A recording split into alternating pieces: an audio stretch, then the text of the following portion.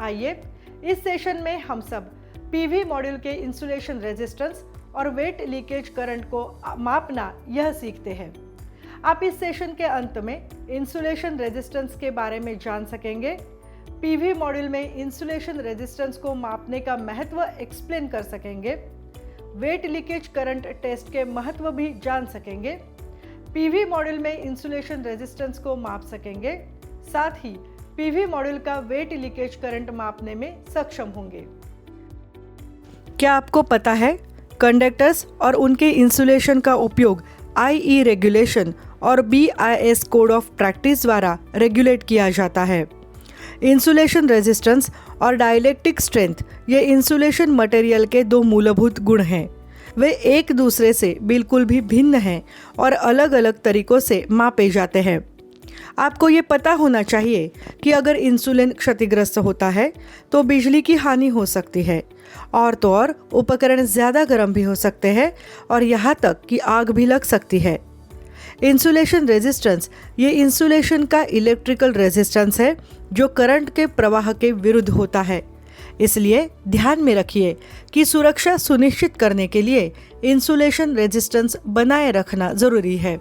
कृपया याद रखें कि इलेक्ट्रिक सिस्टम की इंसुलेशन रेजिस्टेंस गुणवत्ता ये समय, पर्यावरण की स्थिति मतलब तापमान, आर्द्रता, नमी और धूल के कणों के साथ कम हो जाती है।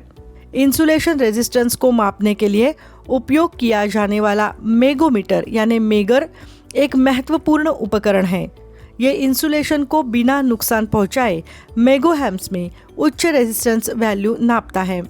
इंसुलेशन की स्थिति का मूल्यांकन करने के लिए माप एक गाइड के रूप में कार्य करता है। इंसुलेशन रेजिस्टेंस टेस्टिंग का उपयोग वायरों और उपकरणों की इंटीग्रिटी का परीक्षण करके इंसुलेशन में दोषों की पहचान करने के लिए किया जाता है। क्षतिग्रस्त इंसुलेशन की जांच करना यह IR टेस्ट का उद्देश्य है। यह यांत्रिक क्षति या गर्मी यानी ओवरलोड केबल से क्षति हो सकती है। 2 मेगा ओहम से कम रीडिंग हो तो ये क्षतिग्रस्त इंसुलेशन का संकेत देती है।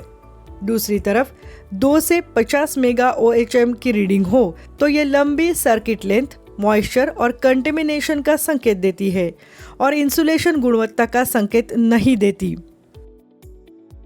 डाइलेक्ट्रिक टेस्टिंग के लिए वोल्टेज से कम ज्ञात DC वोल्टेज को इंजेक्ट करके और फिर करंट फ्लो को मापकर रेजिस्टेंस का मूल्य निर्धारित करना आसान है।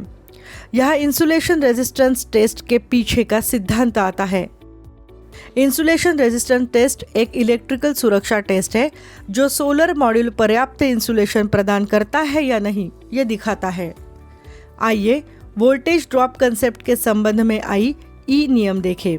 ध्यान में रखिए कि IE के नियम 48 अनुसार किसी भी इंस्टॉलेशन की वायरिंग और अर्थ के बीच इंसुलेशन रेजिस्टेंस इतना होना चाहिए कि लीकेज करंट 1/50,000 भाग या फिर FL करंट के 0.02% से अधिक न हो। एक लाइटिंग सर्किट में वैध वोल्टेज ड्रॉप सप्लाई वोल्टेज का 2% प्लस 1 वोल्ट है। साथ ही बिजली इंडस्ट्रियल सर्किट में अधिकतम वैध वोल्टेज ड्रॉप घोषित सप्लाई वोल्टेज के 5% से अधिक नहीं होना चाहिए। जान लें कि किसी भी वायरिंग इंस्टॉलेशन का इंसुलेशन रेजिस्टेंस 1 M से कम नहीं होना चाहिए और अर्थ रेजिस्टेंस 1 OHM से अधिक नहीं होना चाहिए। क्या करंट कोई लीकेज है जो मशीन के सभी उपकरणों की इंसुलेटेड वायरिंग के माध्यम से पास हो गया है? ये चेक करने के लिए एक इंसुलेशन टेस्ट में मेगर का उपयोग करके हम एक इलेक्ट्रिकल सिस्टम के माध्यम से एक टेस्ट वोल्टेज नीचे भेजते हैं। मेगर 500 वोल्ट से ज़्यादा की सप्लाई करता है जो कि एक घातक झटका देने के लिए पर्याप्त है। जिस केबल की टेस्ट की जानी है उसका उपयोग इसी लाइनों में किया जा सकता है और साथ ही मेगर टेस्टिंग वोल्टेज के रूप में DC का उपयोग करता है। मेगर प्रोब्स में से एक पर एलिगेटर क्लिप को वायर या फिर केबल से क्लैंप करें। एक्सपोज्ड कंडक्टर के लिए दूसरे प्रोब को स्पर्श करें और टेस्ट बटन दबाएं। मेगर प्रोब्स के बीच करंट उत्पन्न करेगा और मीटर करंट के प्रवाह के प्रति जैकेट को रेजिस्टेंस को रिकॉर्ड करेगा। यदि आप जमीन पर इंसुलेशन रेजिस्टेंस की टेस्टिंग करना चाहते हैं तो सबसे पहले पॉजिटिव प्रोब को ग्राउंड वायर या ग्राउंडेड मेटल जंक्शन बॉक्स पर और निगेटिव प्रोब को कंडक्टर या फिर टर्मिनल पर रख दीजिए। मेगर को 1 मिनट के लिए सक्रिय करें। मिनट टेस्ट के अंत में रेजिस्टेंस का मूल्य पढ़ें और अपने टेबल्स में नोट करें। वेट लीकेज करंट टेस्ट विभिन्न इलेक्ट्रिकल उपकरणों पर एक इलेक्ट्रिकल बेयरिंग टेस्ट है ताकि यह सुनिश्चित किया जा सके कि यह बाहरी परिस्थितियों से मॉइस्चर या गीलापन का सामना कर सकता है। ध्यान रखने वाली बात यह है कि यह टेस्ट बहुत महत्वपूर्ण है क्योंकि यह गीले पर्यावरणीय परिस्थितियों में मॉइस्चर के प्रवेश के खिलाफ सोलर पैनल के इंसुलेशन का मूल्यांकन करता है। मौसम की स्थिति जैसे कि बारिश, सुबह की ओस आदि के कारण मॉइस्चर प्रवेश कर सकता है। इस कारण जंग, जमीन में खराबी और बिजली के झटके लगने का खतरा हो सकता है। रेजिस्टेंस को मापने की प्रक्रिया यहाँ दी गई है। आपके पास यहाँ दिए गए सभी उपकरण हैं या नहीं, ये सुनिश्चित करें। 1 मेगावाट आकार के मल्टी क्रिस्टलीय सिलिकॉन पैनल से बने और ग्रिड से जुड़े पीवी सिस्टम, तुलना करने के लिए निगेटिव ग्राउंड और फ्लोटिंग ग्राउंड वाले system, megohm meter, connecting wire, PV module और पानी की टंकी का सेट।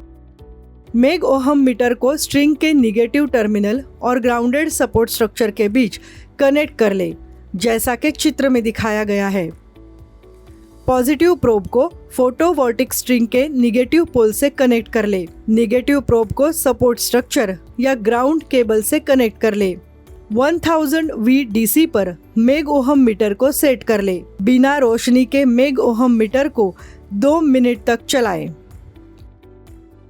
इंसुलेशन रेजिस्टेंस मूल्य को मापें और रिकॉर्ड करें। प्रत्येक पीवी स्ट्रिंग के इंसुलेशन रेजिस्टेंस को मापें और रिकॉर्ड करें। परिणामों की तुलना करने के लिए गर्म और आर्द्र क्लाइमेटिक परिस्थितियों में टेस्ट फिर से रिपीट करें। ऑब्जर्वेशन रिकॉर्ड कर लें। कृपया ध्यान दें कि लीकेज करंट टेस्ट परिणाम आमतौर पर आसान टेस्टिंग और मॉनिटरिंग के लिए इंसुलेशन रेजिस्टेंस रूप में प्रस्तुत किया जाता है। संभावित परिणाम: निगेटिव ग्राउंडेड और फ्लोटिंग ग्राउंडेड पीवी सिस्टम के सैंपल वाले पीवी स्ट्रिंग का लीकेज करंट टेस्ट। टिपिकल परिणाम: आपके पास पीवी मॉड्यूल, पानी की टंकी, मेग ओहम मीटर और कनेक्टिंग वायर, ये सभी उपकरण हैं या नहीं, ये सुनिश्चित कर ले। वेट लीकेज करंट को मापने के लिए जो प्रक्रिया अपनाई जाती है वो इस प्रकार है। पीवी मॉड्यूल को पानी की टंकी के अंदर रख दीजिए। मेग ओहम मीटर की पॉजिटिव प्रोब को मॉड्यूल के निगेटिव पोल से कनेक्ट कर ले। मेग ओहम मीटर की निगेटिव प्रोब को सपोर्ट स्ट्रक्चर से कनेक्ट कर ले। बिना रोशनी के मेग ओहम मीटर को 2 मिनट तक चलाएं। वेट लीकेज करंट का अनुमान लगाने के लिए इंसुलेशन रेजिस्टेंस को मापें। ऑब्जर्वेशन रिकॉर्ड करें। लगभग 1100 मॉड्यूल के लिए 1 मेगा प्लांट में 20 मॉड्यूल के सैंपल की जांच की जानी है। सभी के सभी 20 सैंपल्स के लिए स्टेप्स रिपीट करें और ऑब्जर्वेशन रिकॉर्ड कर ले। अब हम पीवी मॉड्यूल के इंसुलेशन रेजिस्टेंस और वेट लीकेज करंट को मापना इस विषय के सेशन के अंत तक पहुंच गए हैं।